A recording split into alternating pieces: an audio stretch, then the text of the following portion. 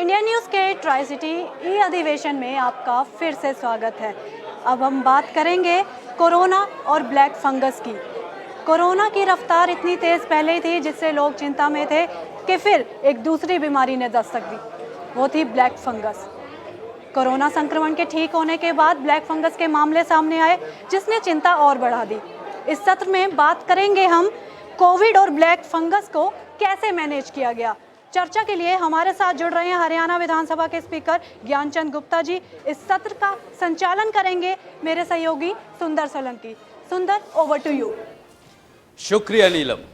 लगातार यही बात हो रही है। ट्राई सिटी का ये एक बड़ा अधिवेशन, एक बड़ा मंच इंडिया न्यूज पंजाब पर आप देख रहे हैं और हरियाणा विधानसभा अध्यक्ष ज्ञानचंद गुप्ता हमारे साथ जुड़ गए हैं। सर, स्वागत है आपका। धन्यवाद सुंदर जी, बहुत बहुत स्वागत आपका भी, बहुत बहुत धन्यवाद। सर, पूरे प्रदेश ने देखा जिस तरह से आपने कोविड में काम किया, इको आ रही है। चाहे बात वैक्सीनेशन ड्राइव को लेकर हो, चाहे बात लोगों की जिस तरह से शिकायत रही कि बड़े बिलों को लेकर हो, और लोगों को जितनी भी मदद हो पाई पूरे प्रदेश ने देखी। ज्ञानचंद गुप्ता लगातार फील्ड में थे, लेकिन सवाल ये है कि कोई ना कोई, जिस तरह से थर्ड वेव की बात हो रही है, ब्लैक फंगस को हमने दूसरी वेव में भी देखा, और अब जो स्थिति बनने जा रही है, कहीं ऐसा ना हो, लोगों के मन में शंका है, भय है कि जो तीसरी वेव आएगी उसमें ब्लैक फंगस और खतरनाक हो सकता है, या तीसरी वेव है वो इतनी खतरनाक हो सकती है कि हमारे बच्चे उसकी चपेट में आ सकते हैं। क्या कुछ सोच रहे हैं आप हरियाणा के लिहाज से, किस तरह से निपटेंगे अगर इस तरह की स्थितियां बनती हैं तो? ज्ञानचंद जी। देखिए सुंदर जी, जैसा आपने कहा कि थर्ड वेव आ सकती है और उसके लिए सरकार की तरफ से पूरी जो तैयारियां हैं वो जिला स्तर के ऊपर की जा रही हैं जी। हर जिला के अंदर स्पेशल जो पेडियाट्रिक जो बच्चों के लिए वार्ड्स हैं, और जो इस पेंडेमिक को लेकर, कोविड को लेकर के उनको एक अलग से अभी से तैयारी शुरू कर दी गई है कि अगर ऐसी कोई वेव आती है तो जो हमारे बच्चों के ऊपर, जिसका कहा जा रहा है कि ज़्यादा असर होगा, ऐसी स्थिति में सरकार पूरी तरह से तैयार है। चाहे वो बेड्स को लेकर के है, चाहे वो आगे जो ऑक्सीजन की थोड़ी बहुत दिक्कत आई थी, उस ऑक्सीजन की पूर्ति के लिए पूरे इंतज़ामात कर लिए गए हैं। और उसके अलावा जो वैक्सीनेशन ड्राइव है, वो वैक्सीनेशन ड्राइव को हमने तेज किया है, क्योंकि देखने में आ रहा है कि जिन लोगों की वैक्सीनेशन हुई है उन लोगों को ये कोविड का असर कम दिखाई दे रहा है। अभी बच्चों के अंदर इस प्रकार के कोविड के इंजेक्शन लगने शुरू नहीं हुए हैं, लेकिन 18 साल से 44 साल तक के बच्चों को काफ़ी बड़ी संख्या में हमने वैक्सीनेट किया है। और उस दृष्टि से पूरे प्रदेश के अंदर वैक्सीनेशन का काम बड़ी तीव्र गति से चल रहा है।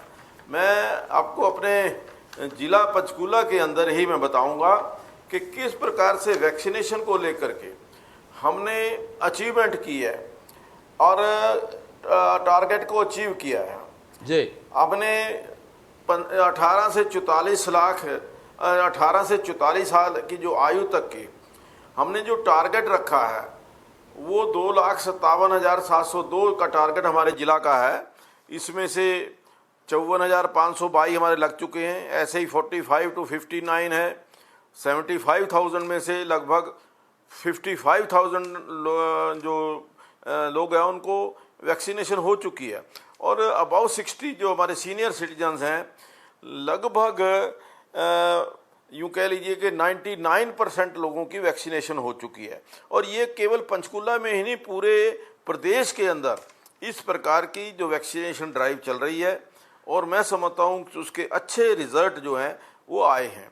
और वैक्सीनेशन बधाई के पात्र हैं आप। वैक्सीनेशन को लेकर इतने गंभीर हैं। सरकार, हरियाणा सरकार भी लगातार बात कर रही है।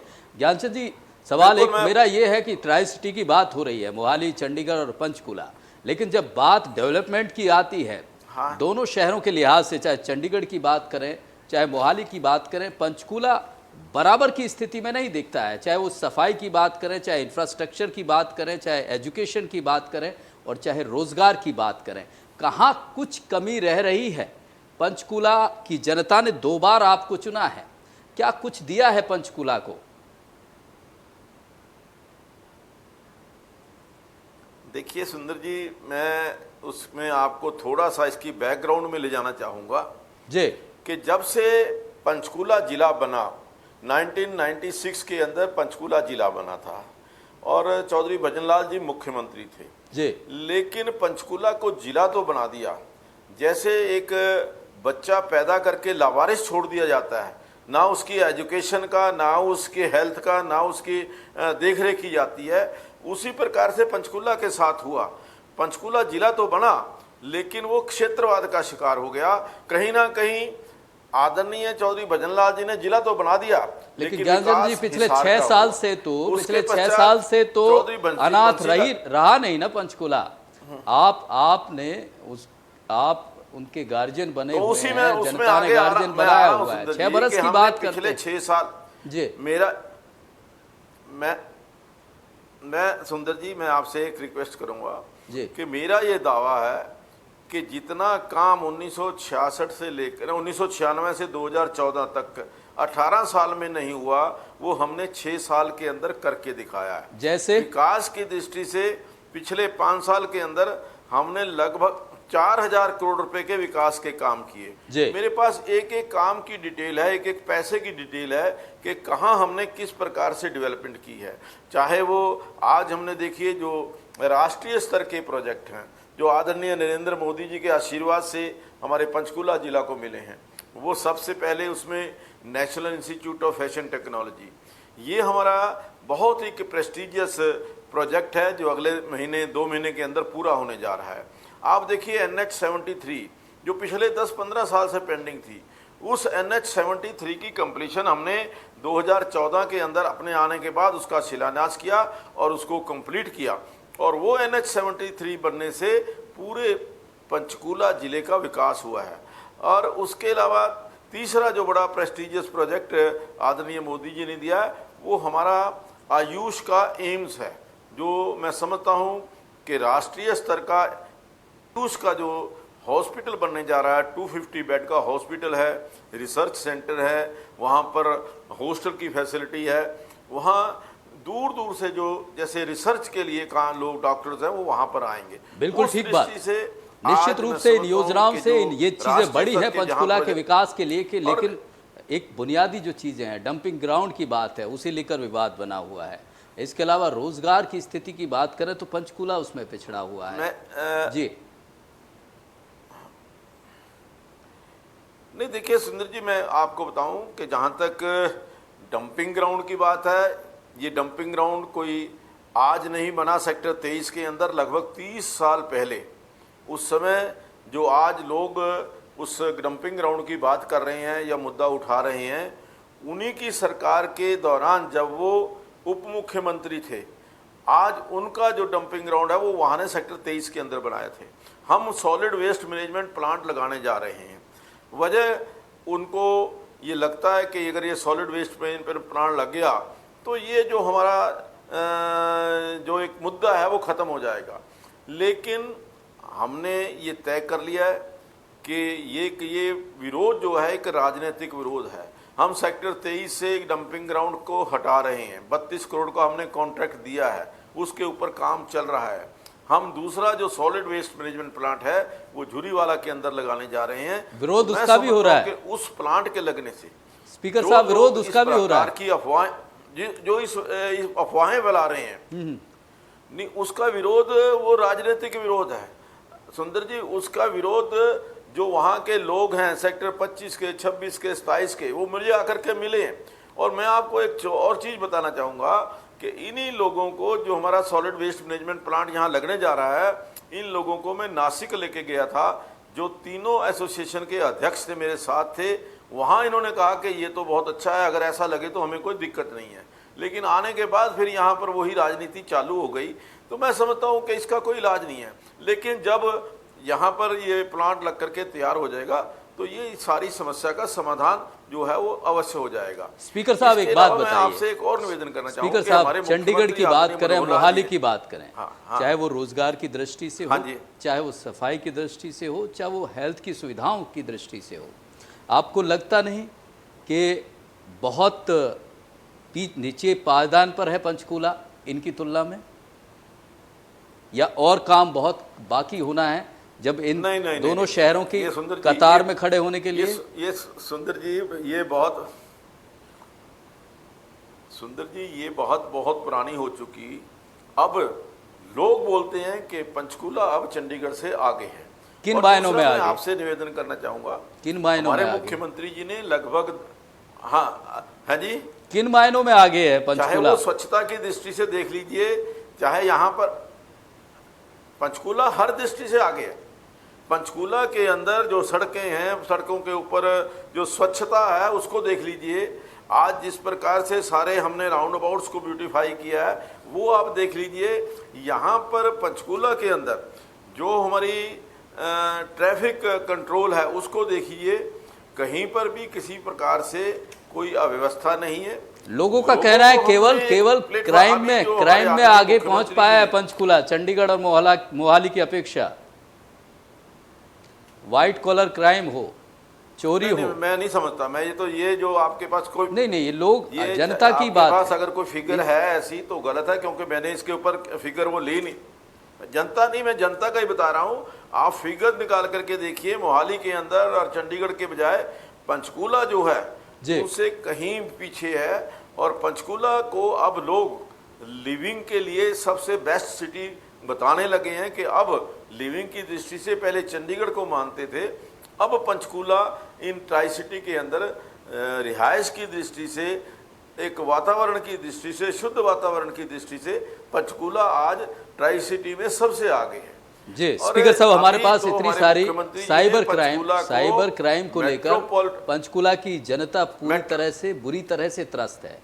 अपना एक पुलिस स्टेशन तक नहीं है, लोगों को कंप्लेंट करने के लिए एक माकूल जगह नहीं है, इधर से उधर भटकना पड़ता है। ये क्राइम पर क्या आपकी नज़र है? इसको सॉल्व करने के लिए, इसका देखिए, समाधान करने के लिए कुछ और व्यवस्थाएं की जा रही हैं? नहीं, अलग से ये बड़ा सरदर्द बना हुआ है पंचकूला की जनता अलग के से- लिए, साइबर देखिए, क्राइम। ये बिल्कुल सही है।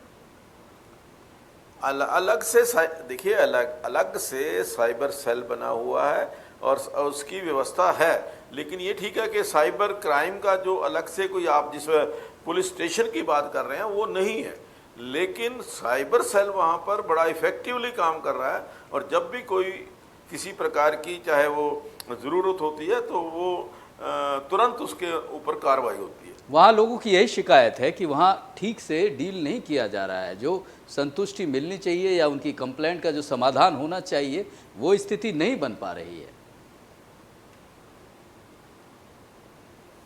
नहीं, देखिए, ऐसी जानकारी मेरे तक तो कोई आई नहीं, कोई ऐसा जो कंप्लेंट है नहीं, जहाँ तक क्या साइबर ऐसा क्राइम संभव की नहीं बात है कि एक साइबर पुलिस ऐसे स्टेशन दूसरी पंचकूला जो को दे दिया complaints जाए? हैं, वो तो कई बार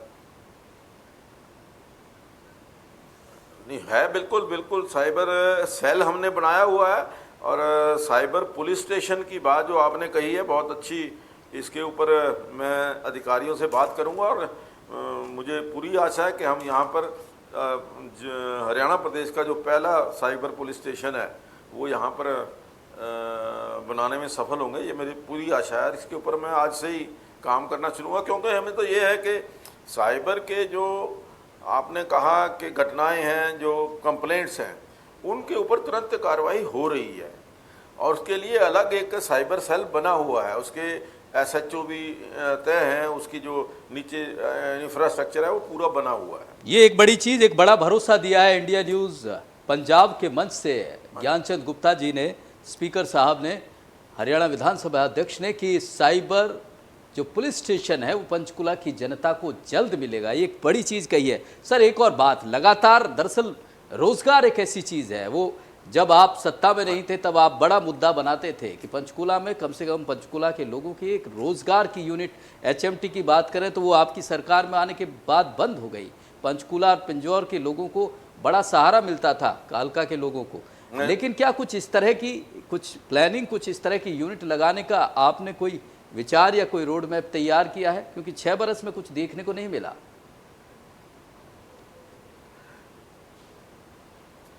ये बात सही है कि जो HMT थी, वैसे तो मैं आपको बताना चाहूँगा कि HMT बंद होने की प्रक्रिया पिछले 10 साल पहले शुरू हो गई जी। थी। उस समय कांग्रेस का शासन था। ये ठीक है कि उसका नहीं, उन्होंने जो बंद करने की अंतिम प्रक्रिया जो शुरू बंद की। हुई है, वो हमारे 2014 के बाद हुई आपके है। एजेंडे में ये चीज होती तो जो वो बंद करने की प्रक्रिया शुरू कर रहे थे, वहां आप नई यूनिट लाने की प्रक्रिया भी शुरू कर सकते थे। ऐसी स्थिति दिखी नहीं पंचकुला के लोगों के लिए।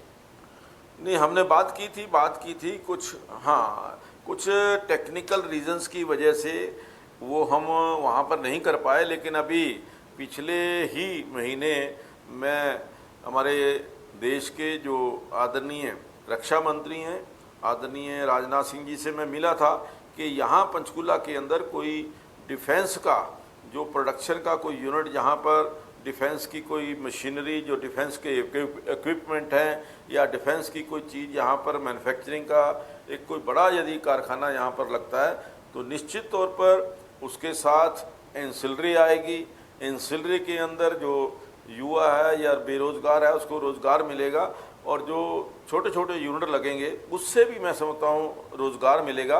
और जब वो बड़ा यूनिट लगेगा तो उसके अंदर लोगों को रोज़गार मिलेगा। इस प्रकार का प्रयास हमारा जारी है।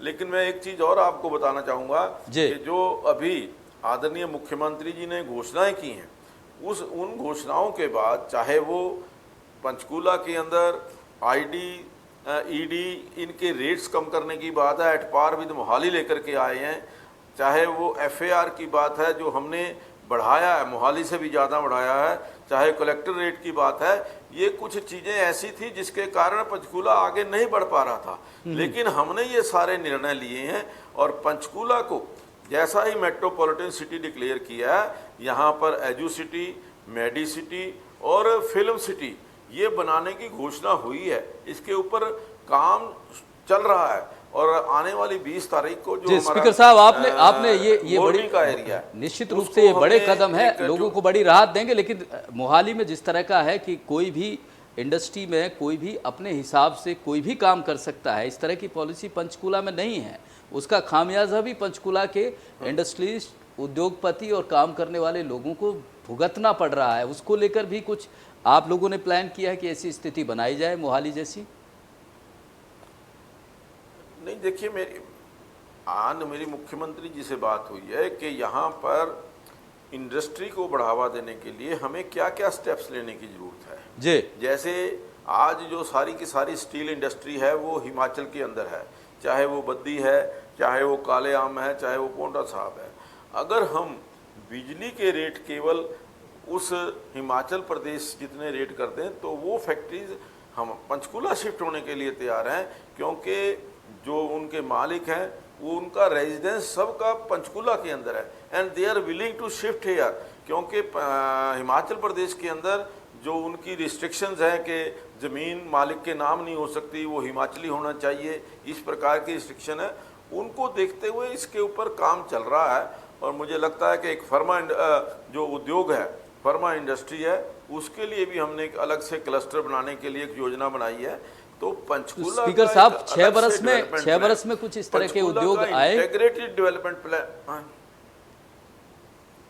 इस तरह के उद्योग। देखिए, इसके ऊपर मैं समझता हूं कि जो काम है, हेलो जी जी सुन पा रहे हैं, हेलो जी जी कहिए।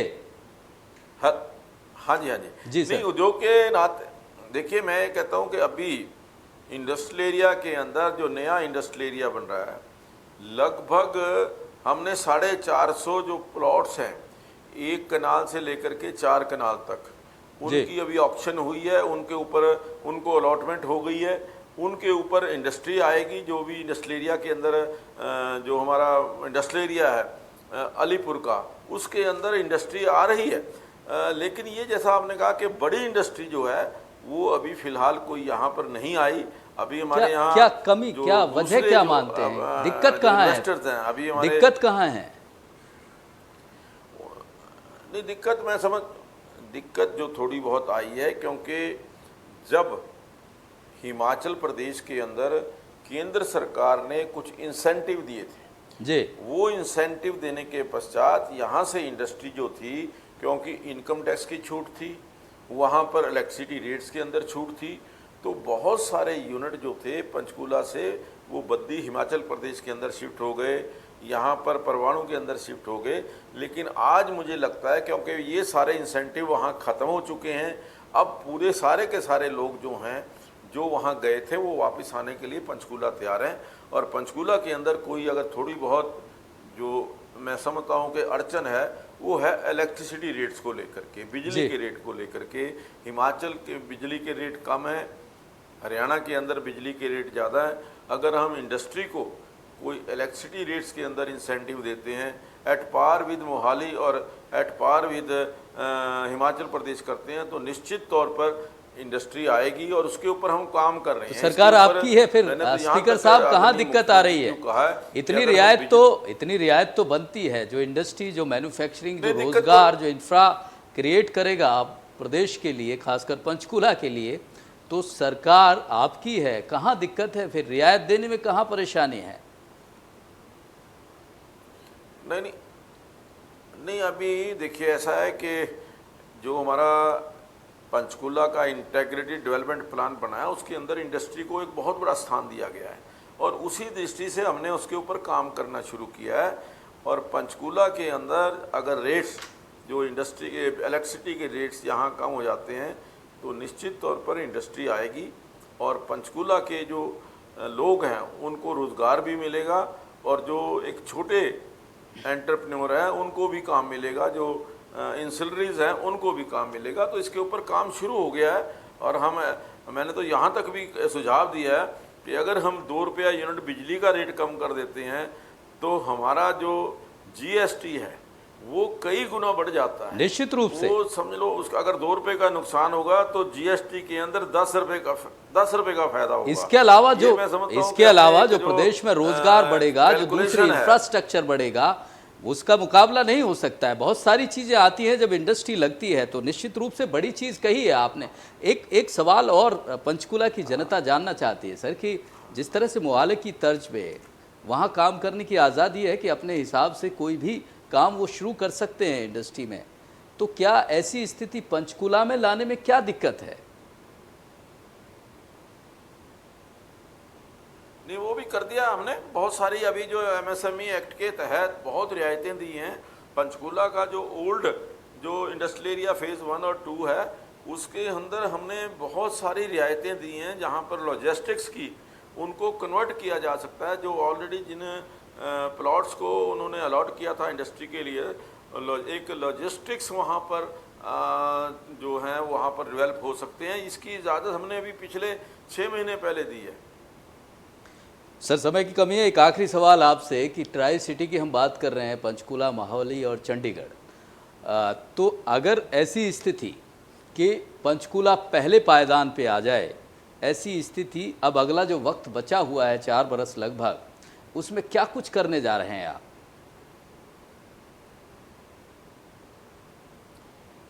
देखिए, मैंने जैसा अभी आपको बताया कि पंचकूला को अब राष्ट्रीय स्तर पर ही नहीं अंतर्राष्ट्रीय स्तर के ऊपर, मैप के ऊपर लाने के लिए विशेष प्रयास जो हैं वो सरकार कर रही है। अब देखिए, जैसा अभी मैंने परसों ही बात की थी आदरणीय पीयूष गोयल जी से, जी, जो पंचकूला की तरफ रेलवे स्टेशन बनना जा रहा है, जो अंतर्राष्ट्रीय स्तर का रेलवे स्टेशन चंडीगढ़ में बनना है, उसी स्तर का उसके साथ ही पंचकूला है।